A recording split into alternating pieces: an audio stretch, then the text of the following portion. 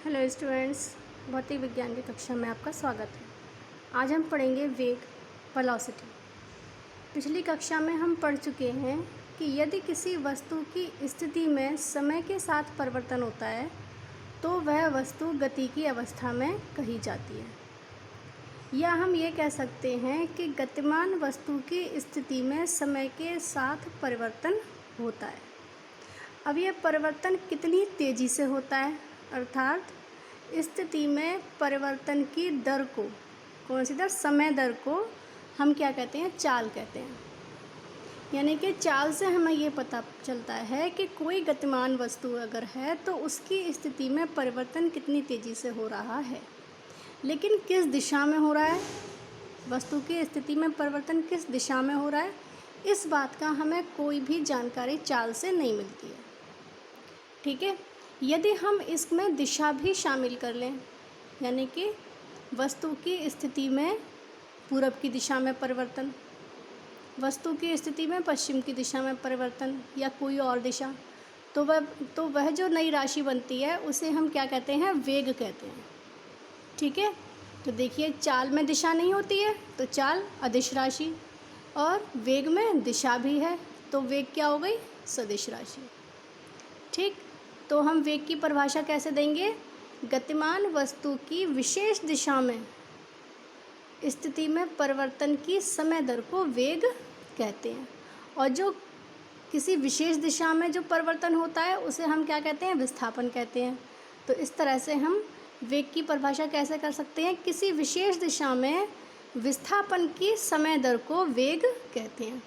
यानी कि वेग बराबर क्या हो गया, विस्थापन बटे समयांतराल। ठीक है, विस्थापन क्या है, किसी विशेष दिशा में चली गई दूरी, तो विस्थापन सदिश राशि है और वेग भी सदिश राशि है। ठीक है, यानी कि वेग में क्या क्या शामिल है, एक तो चाल शामिल है और दिशा शामिल है। ठीक है, अगर मान लीजिए चाल बदल जाए और दिशा ना बदले तो वेग बदल गया, और अगर चाल वही रहे दिशा बदल जाए तो भी वेग वही रहा। ठीक है, अब वेग का मात्रक क्या होगा, विस्थापन का मात्रक बटे समयांतराल का मात्रक। तो ऐसा ही पद्धति में विस्थापन का मात्रक मीटर और समयांतराल का मात्रक सेकंड, तो वेग का मात्रक क्या हो गया, मीटर प्रति सेकंड। ठीक है, यदि हम कहें कि कोई वस्तु अचर वेग से, नियत वेग से या समान वेग से गतिशील है, इसका मतलब क्या हुआ कि उसका वेग नहीं बदल रहा है। ठीक है, अचर वेग है, नियत वेग है, समान वेग से चल रही है कोई वस्तु, इसका मतलब उसका वेग नहीं बदल रहा है। और वेग नहीं बदल रहा है इसका मतलब ना तो चाल बदल रही है और ना ही दिशा बदल रही है। जब दिशा नहीं बदल रही यानी कि वह सीधी रेखा में गति कर रही है वस्तु, और उसकी चाल भी नहीं बदल रही। और चाल का मतलब क्या होता है कि समान समयांतराल में समान दूरी तय करे अगर कोई वस्तु, तो उसकी चाल एक समान चाल कही जाती है। तो अचर वेग का मतलब क्या हुआ, अचर वेग का मतलब हुआ कि वस्तु नियत चाल से सरल रेखीय गति कर रही है। अब बात करते हैं परिवर्ती वेग। परिवर्ती वेग मतलब परिवर्तित होने वाला, बदलने वाला वेग। वेग बदल रहा है, ठीक है, इसका मतलब या तो चाल बदल रही है या दिशा बदल रही है, या ये दोनों ही बदल रहे हैं। ठीक है, तो चाल में परिवर्तन कैसे, चाल में परिवर्तन है इसका मतलब क्या है कि वस्तु समान समयांतराल में असमान दूरी तय कर रही है, या उसकी दिशा में परिवर्तन हो रहा है, या चाल और दिशा दोनों में ही परिवर्तन हो रहा है, तो वह वस्तु परिवर्ती वेग से गति कर रही है। ठीक है, अब हम बात करते हैं, यहाँ पे बात हो गई ना परिवर्ती वेग की, यानी कि वेग बदल सकता है, वेग बदल रहा है अगर कहीं पर। ठीक है, अब बात करते हैं त्वरण की। त्वरण क्या होता है, वेग परिवर्तन की दर को त्वरण कहते हैं। त्वरण को इंग्लिश में कहते हैं एक्सेलरेशन, और इसीलिए त्वरण को हम स्मॉल a से रिप्रेजेंट करते हैं। तो त्वरण क्या है, वेग परिवर्तन की दर, या वेग परिवर्तन की समय दर कह सकते हैं। तो क्या हो गया ये, वेग परिवर्तन बटे समयांतराल। और जब भी हम परिवर्तन की बात करेंगे तो क्या करेंगे, अंतिम माइनस प्रारंभिक, तो अंतिम वेग माइनस प्रारंभिक वेग बटे समयांतराल।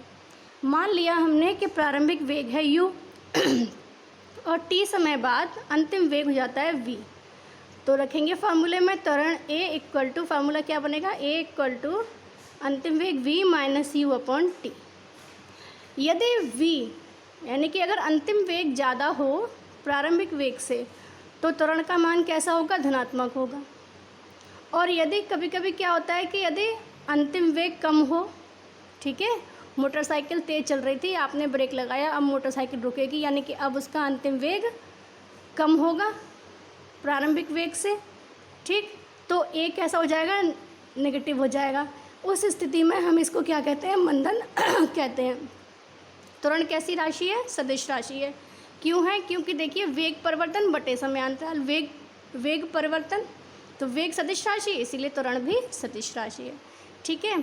अगर त्वरण अगर पॉजिटिव है इसका मतलब त्वरण की दिशा गति की दिशा में है। अगर त्वरण नेगेटिव है यानी कि वो मंदन है, यानी कि वो विपरीत दिशा में है, ब्रेक लगाया यानी कि त्वरण विपरीत दिशा में है, ठीक है, तो उसकी चाल कम हो जाती है। अब देखिए त्वरण का मात्रक क्या होगा, वेग परिवर्तन का या वेग का मात्रक क्या है, मीटर प्रति सेकंड, और समय अंतराल का मात्रक एसआई पद्धति में सेकंड।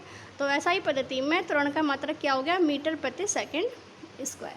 अगली कक्षा में हम इन दोनों ही टॉपिक पर आधारित कुछ सांख्यिक प्रश्नों को हल करेंगे। धन्यवाद।